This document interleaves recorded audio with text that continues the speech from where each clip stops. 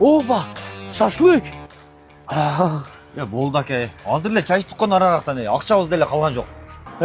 Videolarına düşüp berip otam, jesen bir 10 ta şaşlık jeyim da. 10 ta? Aka 10 taga pul yo'q aka. 500 so'mla pul qolgan aka. Bu ishga kelmaydi bu yerda. Bir yerde şaşlıklar vardı 100 so'm mana. 5 ta şaşlık beradi buga. 5 ta şaşlık koy bering ukam. Ichkarida kutib o'tirsak bo'ladimi? Bo'ladi, jur Moxito suvlardan ichib kutib o'tir, muzda. Siz kelib taqshaysiz. Ha, biz shu yerda postoyanno. Aka, sal kattaroq shashligingiz bormi? O toshani qo'yib bering-chi, Shakar akaga to'yib aytadi-chi. Kattasini qo'ying, ha? Bo'ldi.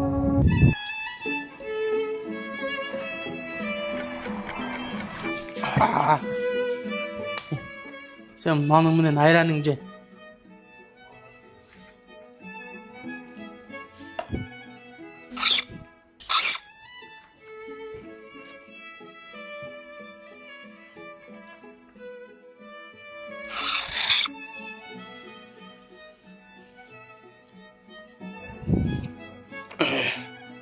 Ona ötmeye kaldı. Cep parasını akşaydı.